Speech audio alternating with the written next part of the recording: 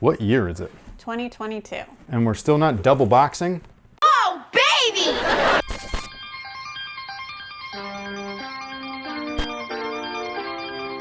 Hey, what's good guys? My name's Chris. Welcome back to the official WearTesters.com YouTube channel. Today, these have returned for the first time. I'm impressed. Now, before we deep dive into this Air Jordan 7, we do have a quick word from our sponsor, the good folks over at Sole Premise. Sole Premise makes premium leather goods like this that are nice, cool bags. I feel like Mary Poppins when I bust this guy out. Like, how many shoes can you fit? Oh, that's where I put these? Man, I was looking for these things. Yeah, you can fit all kinds of shoes in their bags up to a size 15. They are NBA player approved. If you happen to be vegan and still wanted to join in on the fun, they make polyester bags too. And if you just go to school or do quick day trips or whatever it is, you can get regular size backpacks as well. And yes, they do fit multiple pairs of sneakers in there too. You know that you're messed up as a sneakerhead when you got shoes just hiding in everything around the house. That's just crazy.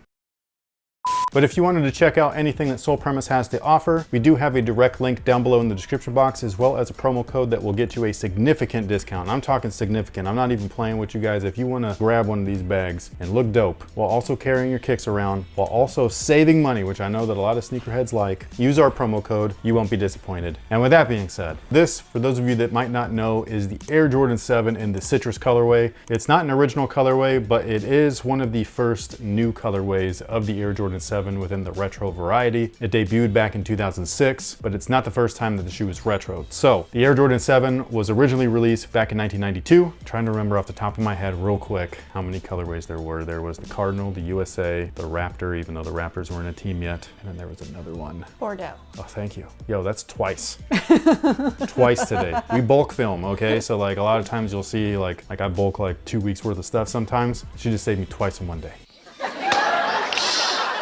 I do want to just double check to make sure that I wasn't like missing anything else. I think that was it though. Oh no, the hairs. How did I forget those? So 5. Yes, 5 original colorways. They were retroed for the first time in 2002 in a couple of original colorways, the Cardinal being one of them, the Raptor being the second. There was a brand new colorway introduced within that lineup, which was the French Blue Air Jordan 7. Those actually did get a release. It was one of the first Jordan 7s to be remastered within the retro line. I think that's kind of cool, just as a fun fact, is that they used that shoe, the first new retro colorway of an Air Jordan 7, as the first remastered version of the Air Jordan 7. Pretty dope. I think it's kind of cool. Then a couple of years later in 2006, they retroed again, and I'm going to name off all of them, so I'm not going to forget any this time.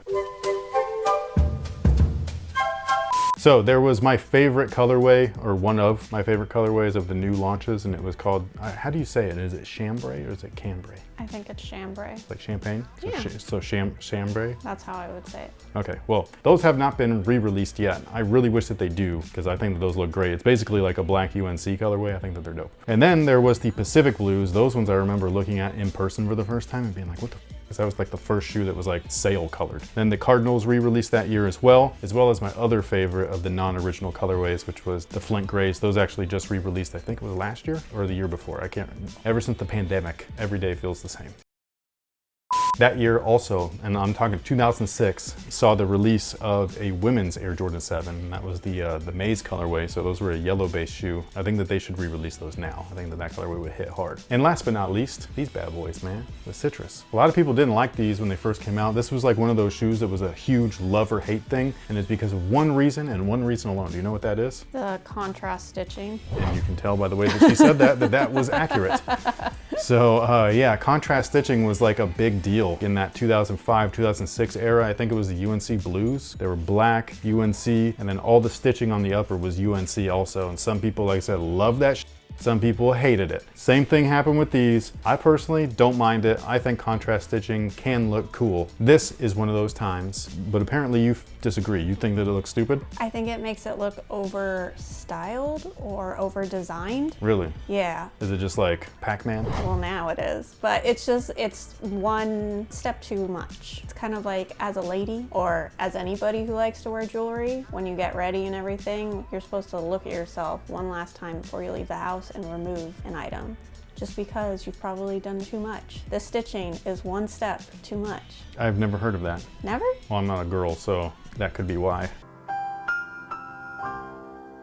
Now with all that out of the way, the Air Jordan 7 I think is just one of the greatest retros of all time. And not because like I love the silhouette more than say the Air Jordan 3 or the Air Jordan 1, I actually don't. I just think that this is one of the best like new versions of the shoe. This is not made like the originals, which I think is very interesting, but it's one of those times where I don't mind it whatsoever because I think that they enhance the shoe over the original without changing up any of the looks. Like it still looked like the Air Jordan 7, but the insides are just slightly different. But we're not gonna talk about the insides. First, we're talking about the outside. Look at that traction, man. This thing is pretty. I love the outsole of the Air Jordan 7. I love all the shapes and the designs and the colors. It's super 90s. If they do a big fast forward into the 90s and Stranger Things and somebody's not wearing this shoe, I'm gonna be pissed. Unless the series doesn't take place in 1992, of course, because then it wouldn't make sense. But the midsole itself originally was polyurethane. It was actually built very weird. I don't know if these are exactly the same. I can't actually tell. It looks like the peaks are the same piece as the rest of the midsole. But thanks to one of our WearTesters Discord community members, one of my good friends, Raul, he actually sent me all these pictures of one of his 7s that's an original pair and they're obliterated. So the original 7 featured a polyurethane midsole as well, which again, these guys do feature, but the peaks was actually a support feature. Do you see that? I have it. Yeah, I have a shoe down here and it had this whole piece in there. So this is kind of like what this, you know, peak thing would be. And it was like a support feature. Those peaks were actually there to keep you on the footbed, which I think is pretty dope. And then the tech features on the original Air Jordan 7 was actually encapsulated air. So you can kind of see that within these images here where the forefoot and the heel are separated. So the originals of this shoe actually have the same exact tech specs as the previous year models. So the Air Jordan 3, 4, 5, 6, and then the 7, the 8 as well as the 9s. But this version, the retro, actually has the same tech specs as the Air Jordan 10, which is actually full length air and it's top loaded just like this. So when you pull out that insole, which is this cheap piece of